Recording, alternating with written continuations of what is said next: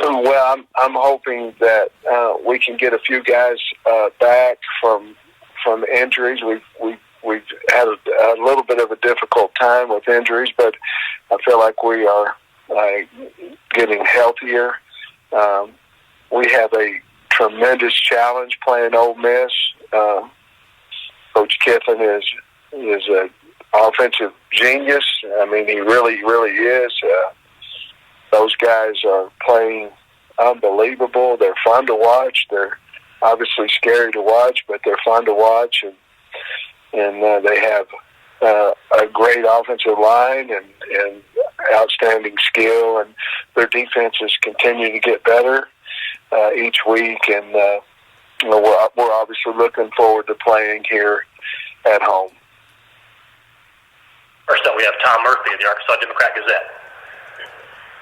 Hey, Sam, I'm wondering, have you seen a focused team this week? How's the focus of the team been? Been great. Our football team basically reacts like the coaching staff, and as long as we continue to work hard and talk about the opponent that we're getting ready to play and not the one we just played, our team is certainly acted like our coaching staff. Yeah, and you're going against a team with such pace. How's the defense looked in terms of getting lined up and getting ready for snaps this week? Well, we obviously have pace in our offense as well, too. We know we're not going at lightning speed like Ole Miss is. And obviously we've talked to different people, and they say it's as fast an offense as they've ever seen. And so we're trying to simulate that in practice. Obviously, it's very difficult because you're trying to get the correct blocking scheme, the correct routes, all those things at the same time and going fast. So we've been able to try to simulate some of that speed, obviously going good on good. But it's very, very difficult to do that against them, and I think that's a big advantage for their offense as well on any team that they play.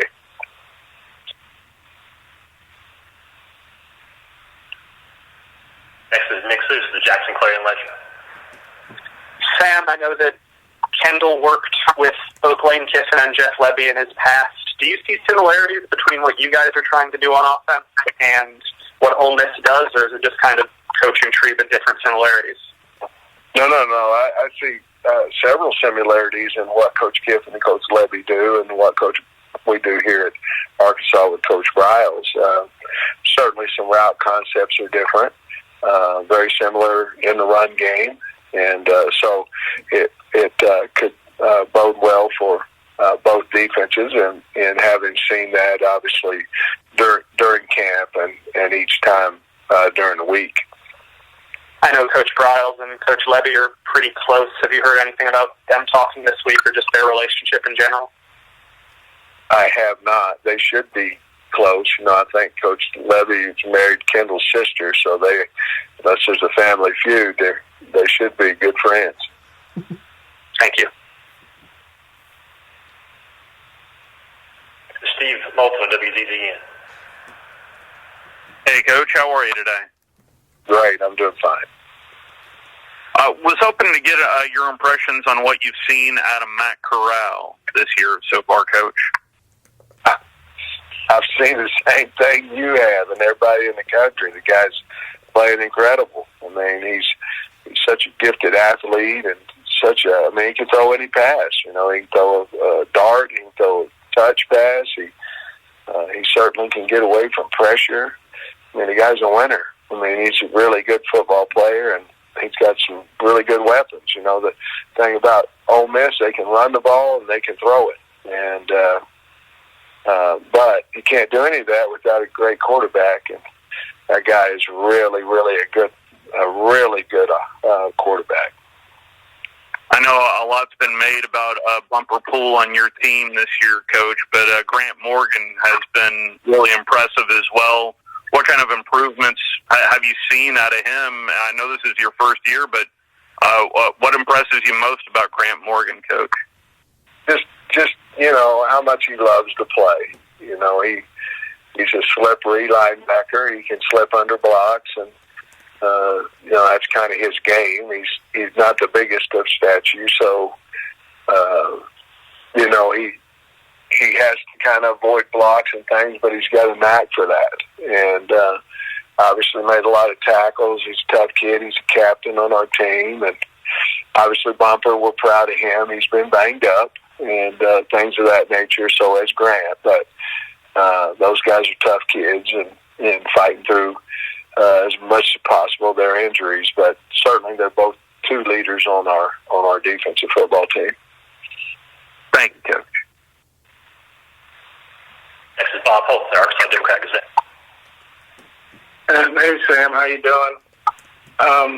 Hey, you guys obviously, broke that SEC losing streak at Mississippi State with a great win, but there's an SEC home losing streak for Arkansas that's still hanging out there. I know you're just 0-1. You didn't have anything to do with those other losses, but how big would it be to break that home losing streak and kind of reestablish home field advantage?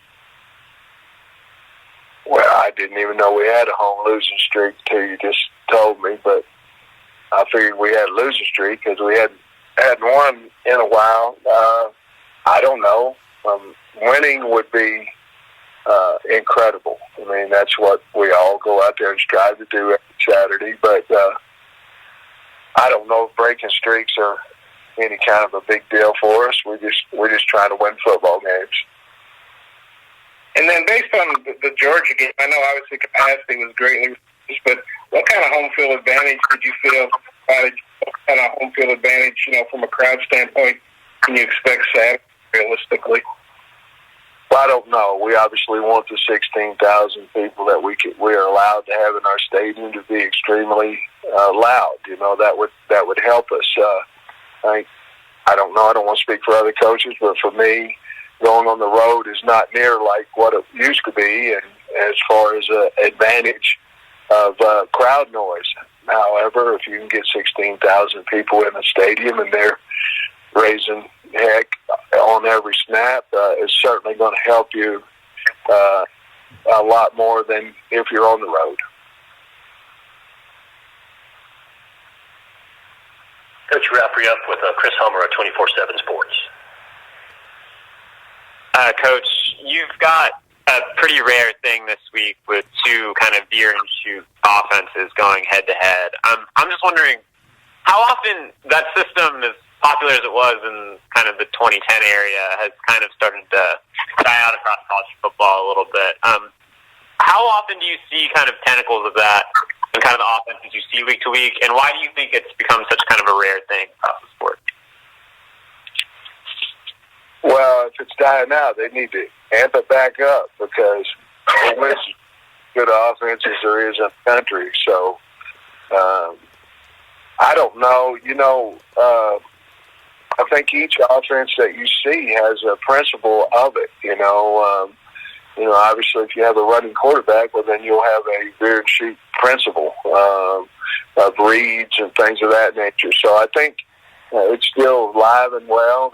A lot of teams aren't running it quite as fast and things of that nature, but the belief of it and the system of it, I think, is probably spread over a little bit of all teams.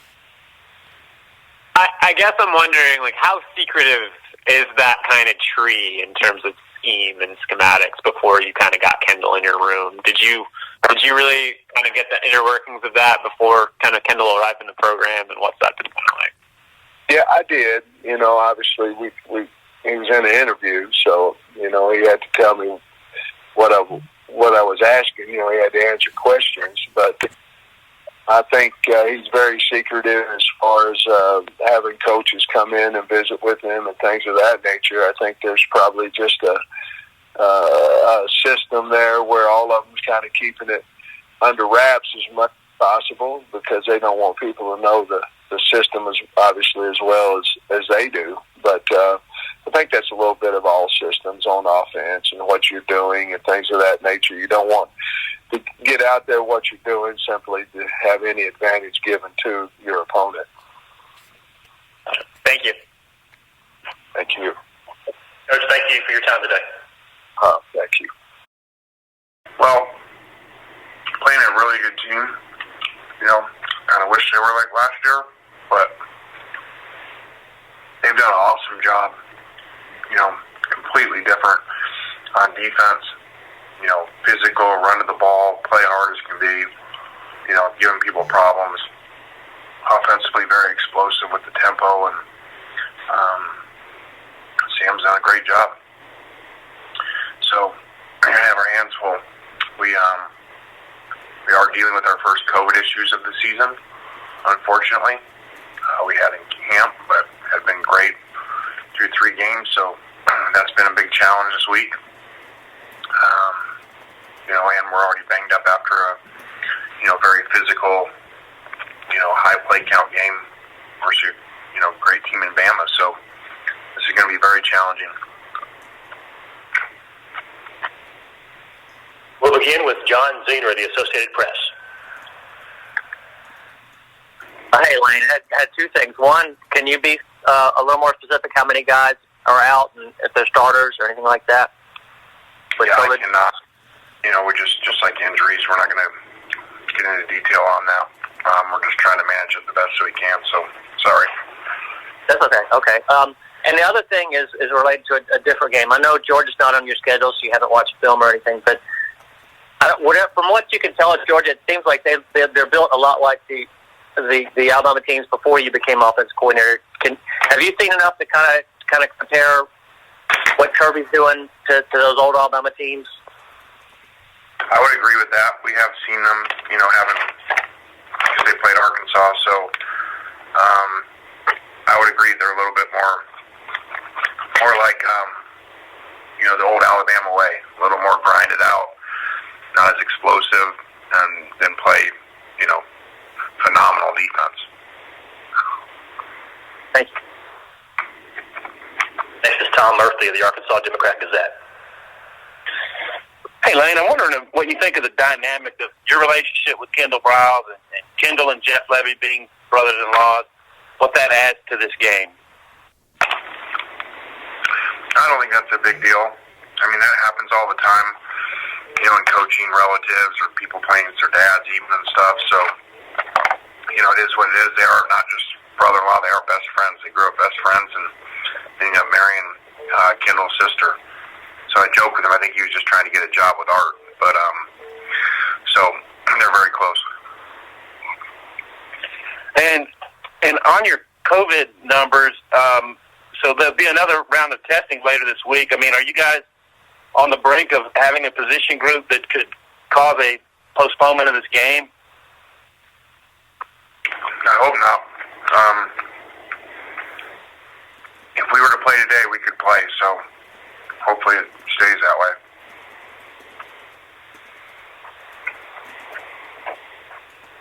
Next is Ben Brainerd of the State newspaper. Hey, Lane, you mentioned a little about not talking about injuries, and I guess I wanted to ask, what is the edge gained in not having an opponent not knowing your injuries? And in your career, has there ever been a moment when you came into a game, were surprised by an injury you guys didn't expect, and that put you at a disadvantage? The only I can think about is, once every 2 years you get one in pregame warm-ups, a freak injury, so, but nothing like this COVID where you have no idea. And the problem is the close contacts and, how discretionary that is. And, I highly doubt every program is doing the same thing. So, that part's kind of discouraging because you get people shut down that don't have it. And even when we continue to test them, they don't have it. They're still not allowed to play. Mm-hmm. Okay, thanks, Coach. Yep. Next is Steve Moulton of WZZN. Hey, Coach. After seeing the Arkansas-Auburn game, I was wondering if you had a thought or an opinion on, how that game ended for Arkansas. I'm sure Auburn, counting their blessings. The ball's backwards. Knox knew that when he saw it. So, really a shame for Arkansas to play that well and should have won the game. defensively, you mentioned how different this team is defensively, but specifically at the linebacker core, what impresses you most about the Arkansas linebackers, Coach? How hard they play, how physical they are. I mean, they give their bodies up. I mean, they are slamming in there. And, you know, Bumper Pool is a really good player. They do a great job. Thank you, Coach. Next is Bob Holt from the Arkansas Democrat-Gazette. Hey, Lane, how you doing? Yeah, I was wondering, based on the games, I know it's only been 3, but what kind of home field advantage do you think home teams are having with the reduced crowds? And you know, could the Arkansas crowd still have an impact on this game with, you know, 16-5 or whatever they're supposed to have? I don't think there's any impact. I think maybe, you know, a point or two just because you're supposed to play better because you're used to playing on the field in that stadium, but I don't think the crowd's been affected at all. I certainly wish we had a normal crowd last week, you know, with the way the game was going, how much energy they would have been in there to try to help us on defense. And then obviously your dad was a great defensive coordinator here at Arkansas. I'm thinking you must have been too young to remember any of that, but I think I read your dad's one of your analysts now. If that's so, kind of, how's that like, you know, working with your dad, having your dad on your staff, and do you have any recollection of your time in Fayetteville, or is that just too young? I think I was like 2 or 3 or something like that. So it's really, I've seen pictures. I don't really remember it. I guess I was on the plane back, I believe, from the Orange Bowl with the big upset. I think Oklahoma used to tell the stories with all the starters out, and they still, you know, took care of Oklahoma, I believe, in the Orange Bowl, I think. So I guess I was on that plane, but I don't recall. It is awesome, you know, having him on staff. He's unbelievable with our young coaches, and he's just unique. I call him a coaching angel. Like, they just don't make people like him that, you know, so many people, wherever I go, recruiting, high schools, colleges, I mean, people, you know, daily when I'm out, you know, tell me a story about running into him and how much time he took to help them get better. Thanks. Yep. We'll wrap you up today with AP Statham of WHET. Good morning, Coach. Coach, is there any time where it's more advantageous to take your time calling the play instead of running the up-tempo? Yeah, I mean, that's what we used to do. It's an advantage that you can see them and you can check an audible and stuff. So, sure. And so there definitely is. Can you explain the reasons why, some of the other reasons why? Pardon? Can you explain some of the reasons why? I mean, you said, you know, take your time, your audible and things like that, but is the up-tempo, would you prefer the up-tempo versus taking your time to call the play? Do you have a preference? Yeah, that's why we do what we do. It's because you that, you know, you gain more advantage with the tempo, especially as an underdog, with the ability to audible and stuff. And we still have that ability. We can still, looks like we're going fast, and then we stop sometimes when we do check out a thing. Thank you. You're welcome. All right, Coach. Thank you.